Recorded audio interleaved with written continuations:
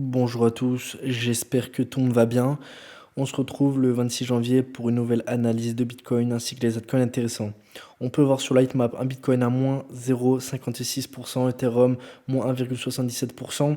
Donc voilà, Bitcoin qui est très indécis, il y a même pas quelques minutes il était en positif, il passe en négatif à moins 1%, moins 5%. Voilà, il est très indécis. Ethereum c'est pareil, il y a 2 minutes il était dans le vert et là il est à moins 2% presque. Donc voilà, très indécis, beaucoup d'altcoins dans le vert aujourd'hui. On peut voir quand même que là, il y a quelques minutes, beaucoup d'altcoins ont pris une sale bougie, ils sont dans le rouge. Il n'y a même pas 5 minutes, ils étaient tous dans le vert, les altcoins. Donc là, ça va très vite, mais la plupart quand même ont pris des gros pourcentages. On peut voir par exemple Phantom, plus de 18%, Cash, plus de 17%, Matic, Aptos, etc. Il y a beaucoup d'altcoins qui ont super bien performé. On peut voir AAV, Aptos et Matic. Donc je ne sais pas si vous avez vu la vidéo que je sortie hier sur 5 crypto-monnaies achetées pour 2023. Et dans les 5, il y avait AAV, Aptos et Matic. Et on peut voir qu'aujourd'hui, ils performent très bien. Ils sont presque tous au-dessus des 10%.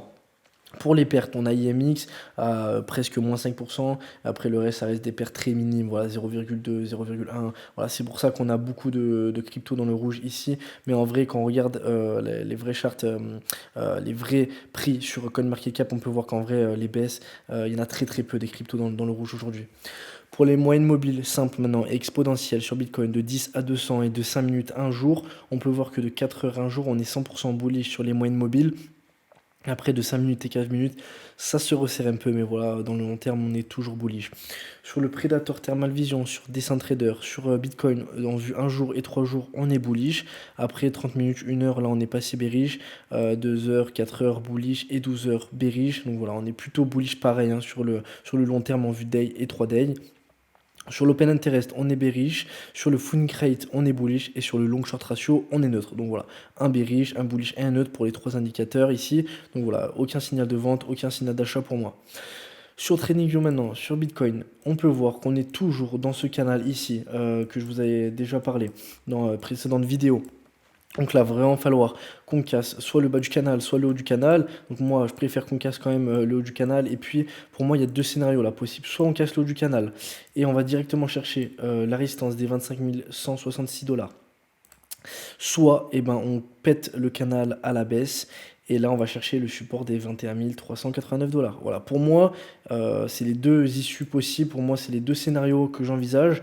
Pour le canal, je le répète, oups, je vais me remettre comme ça. Voilà. Pour le canal, je le répète, donc pour approximativement 22 340 $, le bas du canal, et le haut du canal, 23 300, à peu près. Hein. Pas les chiffres exacts, mais voilà, grosso modo, c'est ça. On est en vue 4 heures. Donc le nuage va pas nous déranger hein, parce qu'il est très bas en vue day. En vue 4 heures, on pourrait penser que là, si on casse le canal, on va directement aller chercher le support du canal. Moi, je ne pense pas parce qu'il faut plutôt regarder en vue day, plus long terme. Et là, vraiment, le nuage, pardon, il est très bas. Donc voilà, pour moi, rien d'inquiétant là-dessus. Donc sur ADA Cardano, on est sur un point clé sur Cardano. On peut voir ici la résistance, il va vraiment falloir qu'on clôture au-dessus. Donc la résistance est 0,3800.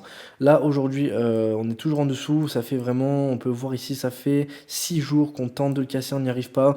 Il va vraiment falloir qu'on casse cette résistance pour partir à la hausse sur Cardano, il n'y a pas le choix. Sur Polygon, c'est pareil, il va falloir qu'on clôture au-dessus des 1,0556 $. Si on clôture au-dessus, là, aujourd'hui, c'est bien parti pour le moment. Moi, je pense qu'on va partir to the moon au 1,3072 $. Donc là, ça peut vraiment faire un gros pourcentage. On peut le voir ici. Si on prend au clôture, admettons maintenant, ça fait ouais, 21, 22% en gros. Donc c'est plutôt pas mal. Polygon qui peut partir to the moon aujourd'hui. On va vraiment regarder la session day. On va voir si on va clôturer dessus. Et on verra bien demain ce qui se passera. Sur Océan, on est toujours bullish depuis que je vous l'ai dit. On a Audio, il va vraiment falloir qu'on clôture, c'est pareil, au-dessus de la résistance. Là, on a toujours la trendline plutôt long terme. Il va vraiment falloir voilà, qu'on clôture au-dessus pour passer bullish là-dessus. Aujourd'hui, on a pris une très belle bougie. Avant-hier, on avait pris une énorme bougie. On peut voir sur Audio. Au maximum, elle est allée à 80, un peu moins, 78-79%. C'est énorme sur Audio. Donc voilà, va vraiment falloir qu'on clôture dessus. Pareil pour partir de The Moon. Là, vraiment Audio, on le reverra, mais vraiment plus. Ce ne sera pas des 80%. Hein. Sur Alpha, donc on est toujours On est toujours ici, on essaye toujours de se battre avec cette résistance. On a réussi à clôturer au-dessus une fois. Donc pour moi, on est toujours bullish. On peut le voir ici. D'ailleurs, sur le Predator, ici, on avait pris une bougie bleue. Donc je le rappelle, bougie bleue égale signal d'achat sur Predator. Regardez depuis la bougie bleue. Si on avait goûté le Predator au maximum, ça faisait voilà, 114, 113%. 113%. Depuis que le Predator a indiqué qu'il fallait acheter ici, on attendait la session Day, on regardait la bougie bleue, on achète, et là il y avait que des bougies vertes. Et on peut le voir, malgré les bougies rouges, il y avait eu quelques bougies rouges, hein. Il y en avait deux là, une là, etc. Le Predator, toujours bullish lui, toujours vert. Donc lui, il était sûr de lui. Et il aurait bien fallu l'écouter, car il n'a vraiment pas eu tort là-dessus. Là, la première bougie bleue, je peux vous dire que ça a vraiment décollé.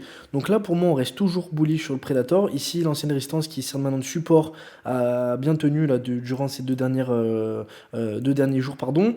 Voilà, le support des 0,1486 $. Et maintenant, on va aller chercher la résistance au 0,1855 $. Voilà, moi je pense que c'est possible qu'on aille la chercher. Après à suivre. Mais moi j'y crois. On a YFI qui reste toujours bullish. On a cassé là le range où on était depuis un bon moment. Là pour moi c'est bullish. On a Cervé. Cervé, il va vraiment falloir qu'on clôture au-dessus des 1,1814 $. Sinon pour moi là ça peut partir très très bas sur Cervé. On a ICP. ICP, il va falloir qu'on clôture au-dessus de la résistance. Donc là, ICP, ça peut être un point vraiment majeur. Car là, sur ICP, donc sur Predator, on est totalement bullish. Là, sur ICP, c'est vraiment un point majeur. Il va vraiment falloir qu'on clôture dessus. Ça fait vraiment plusieurs jours qu'on n'a pas réussi. Là, si on clôture dessus, ça peut être vraiment to the moon. Là, pour l'instant, je vois qu'on est au-dessus.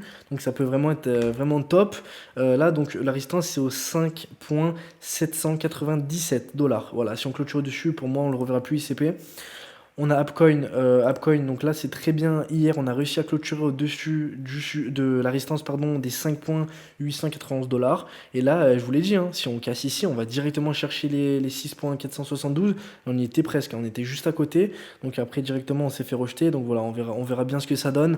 Mais là, après, il va falloir qu'on casse. Donc déjà, il faudrait qu'on reclôture aujourd'hui au-dessus pour confirmer le mouvement. Et puis après, il faudrait qu'on aille demain ou après-demain casser, ou même dans les jours à venir, hein, casser la résistance des 6,472 $ pour partir tout ce moon sur Appcoin. Et on a Zen. Donc Zen, toujours là, on peut voir dans ce canal ici. Donc depuis un bon moment, il tient très très bien. Je vais l'allonger. Voilà, il tient très très bien. On est passé depuis 3 jours au-dessus du nuage Ishimoku. Donc ça, c'est plutôt cool. Et je vais mettre les bougies normales. Et voilà, on va voir, hein, faudrait vraiment qu'on clôture dessus parce que là, Horizon, pardon, on verra vraiment, vraiment plus. Zen, là, s'il clôture au-dessus du canal, là, franchement, c'est vraiment to the moon. Et là, je vois pas vraiment les résistances qui vont l'atteindre très haut. Après, je vous les mettrai demain ou dans les jours à suivre pour Zen. Mais franchement, là, on peut partir très, très, très loin sur Zen. Et puis, en plus, quand ils prennent des pourcents, c'est pas des petits pourcents, hein. Donc, voilà. Voilà pour Zen, pour les points clés, les points surveillés. Donc, je vous dis quand même le point à peu près du canal, donc c'est 11 $ en gros, et le bas du canal, si j'arrive à mettre les pointillés, voilà, en gros 8, les 8 $, en gros 8 et 11 pour le haut du canal. Donc voilà les points clés à surveiller, n'hésitez pas à mettre aussi sur TradingView ce canal pour surveiller comme moi. Donc voilà, n'hésitez pas si vous voulez que j'analyse une crypto en particulier sur espace commentaire, vous me dites si vous voulez que j'analyse une crypto et j'essaierai de le faire. Je donnerai mon avis.